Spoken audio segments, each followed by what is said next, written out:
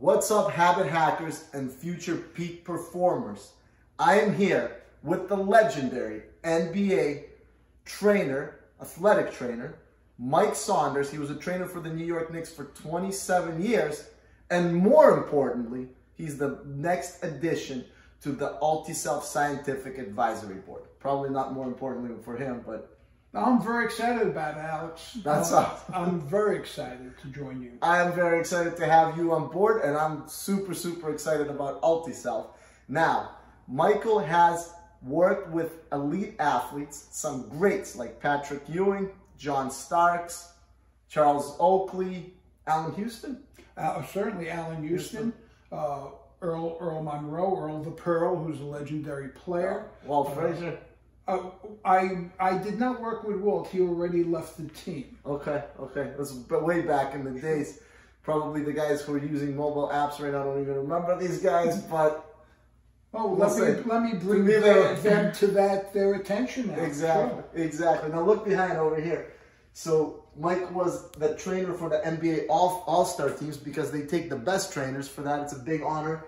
Look who he was the athletic trainer for. Michael Jordan, one of my favorite players of all time, Sean Kemp, Antoine Walker, Larry Bird, the legend, as the coach, both Hardaways, Tim and Penny, Glenn Rice, one of the best three-point shooters, and that guy right in between all of them right there is Mike when he was young and handsome. Now, look at all these pictures right here with the New York Knicks, with Michael Jordan, with everybody. So now that we went down memory lane of the NBA, there's certainly nothing I could teach any of you guys about playing basketball. Let's talk about peak performance. Now, peak performance was essential because Mike worked with elite athlete and he knew what they had to do physically to remain in optimal shape. And from our conversations now, mentally was a huge thing. That's what kind of separated the man from the boys when it came to those guys. Well, I think the elite athletes, the greatest performers, are the ones that have mastered the mental and emotional aspects of the game.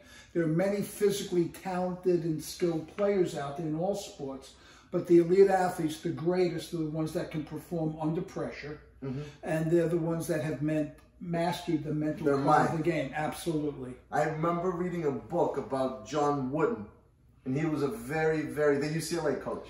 Oh, if you look at my bookcase, I have a lot of books by Coach Wooden. I quote him all the time. Good to know.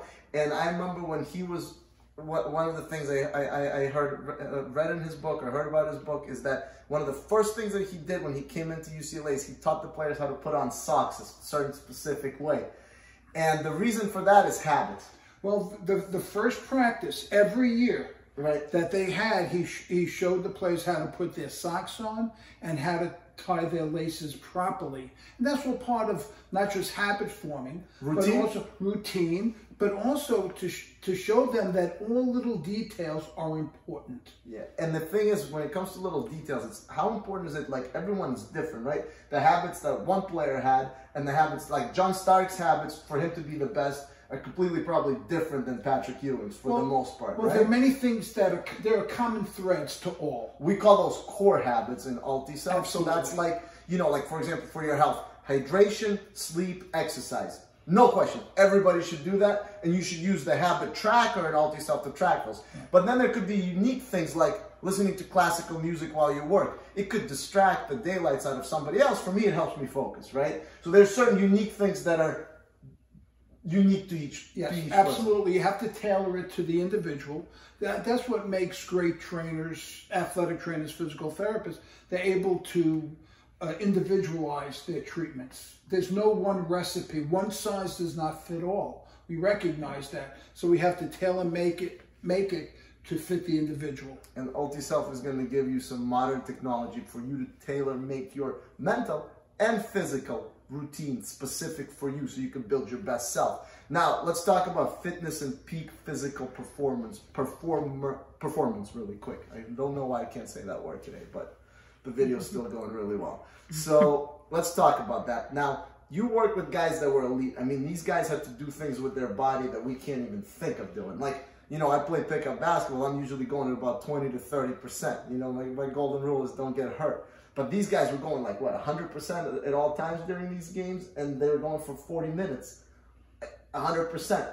What sort of things can you take away from that and teach to our subscriber base, our user base, so they could be fit?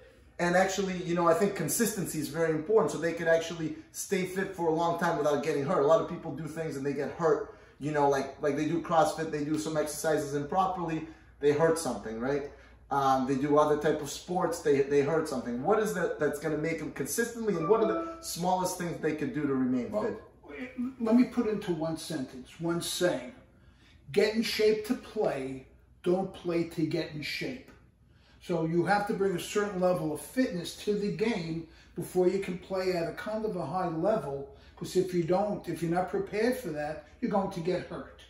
So you have to get in shape to play before you play to get in shape. Well, let's say a person that's not an athlete, that's just trying to remain in optimal physical shape so they can perform the best in their work, so they can perform the best as they age, so they could stay optimally fit, so they can live long and be optimally healthy. What are, like, say, 3 quick things that you would... We'll go through 3 pillars of fitness. Okay. One is flexibility. Okay. One is strength. Okay. And another is cardiovascular fitness. Okay. Ability to work for a long period of time. So all 3 of those go into making an athlete injury-proof, we'll say. Makes sense. Makes sense. Now, what about this stuff? Like, obviously, I'm a big Tom Brady fan from New England, original, you know, big Patriots fan. Probably gonna lose a bunch of followers just for saying that, but I am. I love my Patriots, and he's big on this stuff, pliability, this whole TB12 method. What is it? That type of stuff. Yes, you know, it's not magic. And it's not magical that at 42 he's performing at a high level. He takes his fitness and his preparation very seriously.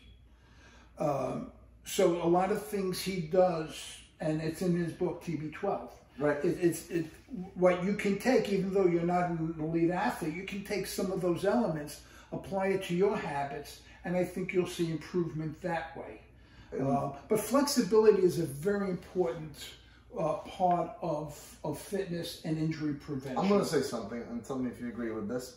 And then, so we don't give away all the secrets in this one video, we're going to wrap it up. But I'm going to ask you this question. I stretch every day, and I feel like stretching doesn't only help me physically, because, for example, I play a lot of tennis, and my shoulder was bad, and that's when I started stretching every day.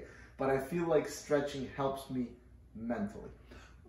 Have you seen that correlation before? I feel like it's been documented, Alex. It's been documented. I'm going to give one word: yoga. Yoga involves stretching, going into certain postures. But while you're there, you're concentrating on your breathing, and many people use that. Now, I do personally. Every morning I do my yoga, my stretching, and I do my meditation as well at that time. Meditation is coming to the forefront now of fitness and optimizing your health.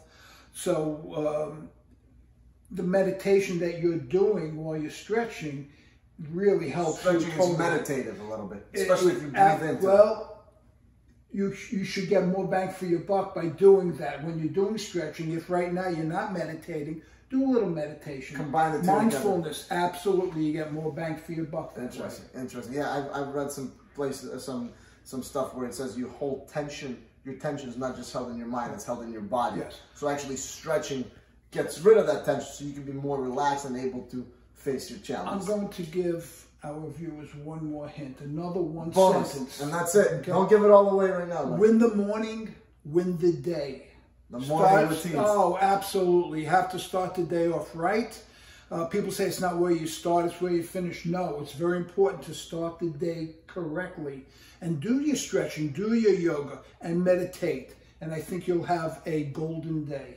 Perfect. We're going to wrap it up with that, but there's a lot more good stuff. We're going to be bringing you guys some super good content from Mike. Super excited to have him on board. And to your success. See ya.